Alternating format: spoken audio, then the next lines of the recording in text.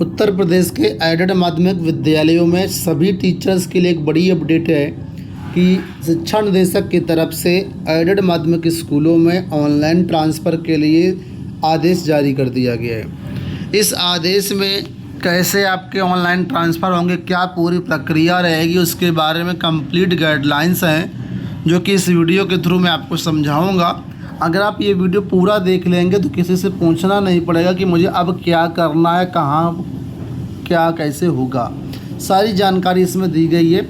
मैं कहूँगा कि वीडियो देखने के बाद इस PDF को, इस आदेश को आप अच्छे से पढ़ लीजिएगा। ये आदेश आपको सभी WhatsApp ग्रुप पर मिल जाएगा, इसके साथ ही हमारे टेलीग्राम चैनल पर भी मिल जाएगा, तो वहाँ से आप इसको पढ़ ज़रूर लीजिएगा। ठीक है, तो यहाँ पर देखिए बताया गया कि शिक्षा निदेशक माध्यमिक उत्तर प्रदेश शिक्षा सामान्य एक तृतीय अनुभाग प्रयागराज के तरफ से समस्त JD और समस्त DIOs को ये जो आदेश की प्रतियां भेजी गई है 7 जून 2025 की डेट है, लेकिन ये आदेश 8 जून को जारी किया गया है।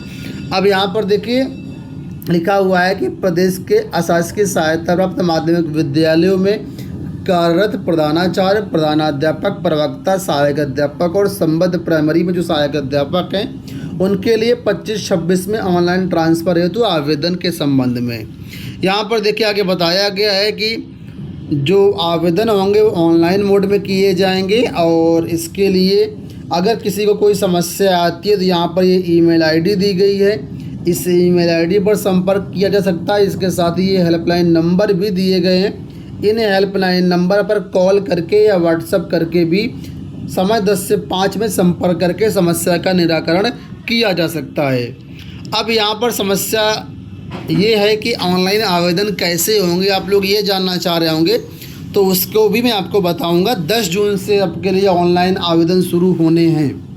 फिलहाल ये मानक दिए गए, तो ये मानक तो वही पुराने मानक हैं, इसमें कोई अंतर नहीं है, सब आप लोग जानते ही होंगे, तो इस चीज़ को मैं आपको यहाँ पर नहीं बता रहा हूँ।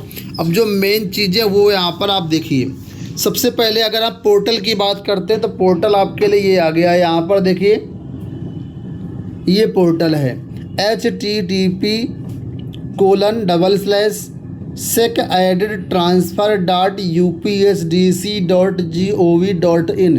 ये आपका पोर्टल है। इसी पोर्टल पर आपकी पूरी ऑनलाइन ट्रांसफ़र प्रक्रिया संपन्न कराई जाएगी। ये जो वेबसाइट एक निश्चित अवधि के लिए खोली जाएगी, उसी बीच आपको आवेदन करना होगा और उसके बाद फिर आगे का काम आपके मैनेजर, आपके DIOs, JD वो सब करेंगे। तो आपको आवेदन करने के लिए करीब 4 से 5 दिन दिए जाएंगे। इन्हीं 5 दिनों में आपको आवेदन करना होगा।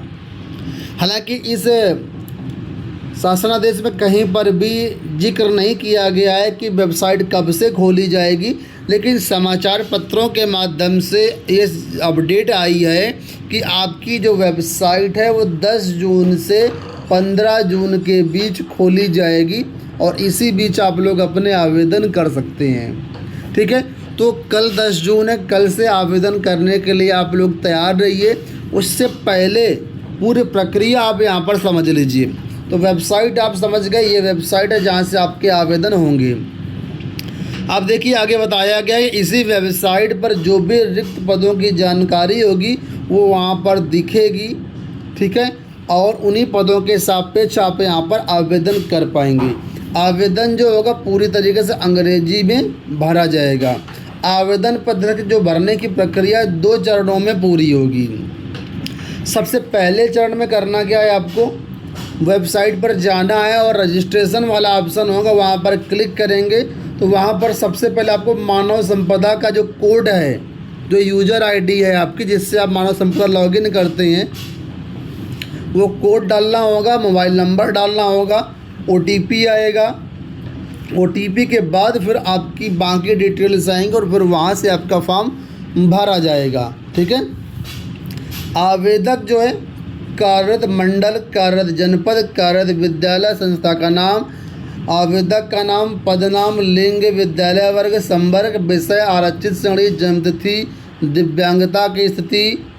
ठीक है, तो ये सारी चीज़ें वहाँ पर आपको दिखाई देंगी। इसको आप अच्छे से मिलान कर लीजिए कि आपकी डिटेल सही है या नहीं सही है। कहीं पर अगर कोई गलत डिटेल दिखती है तो उसको आप मॉडिफाई कर लें, क्योंकि यहाँ पर आपको जो है कोई भी संशोधन का मौका नहीं दिया जाएगा फॉर्म सबमिट होने के बाद।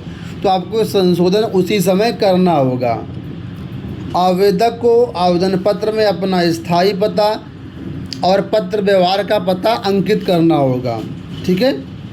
जब आप आवेदन की प्रक्रिया कंप्लीट कर लेंगे तो आवेदन पत्र का प्रिंट आउट आपको निकालना पड़ेगा तथा एसएमएस प्राप्त कर रहे हैं तो जो मोबाइल नंबर आपने डाला था वो मोबाइल नंबर भी आपको सुरक्षित रखना होगा कि फ्यूचर में बाद में फिर आपका ये काम आएगा और उस नंबर पर ओटीपी जाएगा। तो अगर आप किसी कैफ़े से भरवा रहे हैं तो ध्यान रखना मोबाइल नंबर अपना ही डालना, ईमेल आईडी अपना ही डालना, नहीं तो समस्या फिर आपके लिए हो जाएगी। आगे देखिए लिखा, यदि किसी कारणवश गलतियां हो जाती हैं तो फिर बाद में संशोधन करने का मौका नहीं मिलेगा। ठीक है। अब इतना काम आपने हो गया, ऑनलाइन आवेदन कर दिया, प्रिंट आउट निकाल लिया।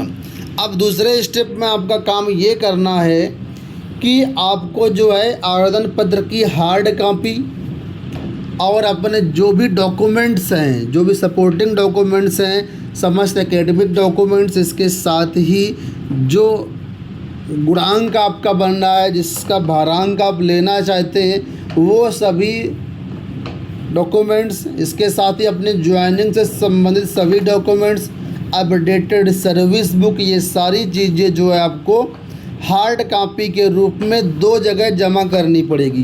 कम से कम 2 सेट आपको इस बार ज़रूर बनाना है। ठीक है। इसमें देखिए लिखा हुआ है कि यहाँ पर देखिए ये जो आपको हार्ड कॉपी बनाएंगे, ठीक है, इसकी स्वप्रमाणित प्रति जो है आपको वेबसाइट पर अपलोड भी करना होगा। जो भी मानक आपका जो भी गुणांक बन रहा है उसकी स्वप्रमाणित प्रति अपलोड करना होगा। और हार्ड कॉपी जो है संस्था प्रबंध तंत्र को तथा संबंधित जिला विद्यालय निरीक्षक को आपको प्रस्तुत करना होगा। ठीक है। यानी कई सारे डॉक्यूमेंट्स आपके ऑनलाइन अपलोड कर दिए जाएंगे। उसके बाद सारे डॉक्यूमेंट्स की हार्ड कॉपी बना करके 2 फाइलें बनेगी। एक फ़ाइल आपको मैनेजर के पास जमा करनी होगी और एक फ़ाइल आपको डीआरएस ऑफिस में जमा करनी होगी। ठीक है। इतनी बात समझ में आ गई।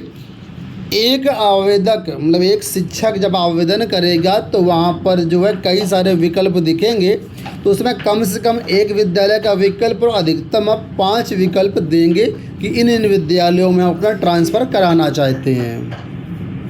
जब आप वेबसाइट में डॉक्यूमेंट अपलोड कर रहे होंगे उस समय आपको ध्यान ये देना है कि जो भी पहचान पत्र का डॉक्यूमेंट आप लगाएंगे उसका अधिकतम साइज 20 KB होना चाहिए। जो फ़ोटो हस्ताक्षर आप अपलोड करेंगे वेबसाइट में उसका अधिकतम साइज 20 KB होना चाहिए।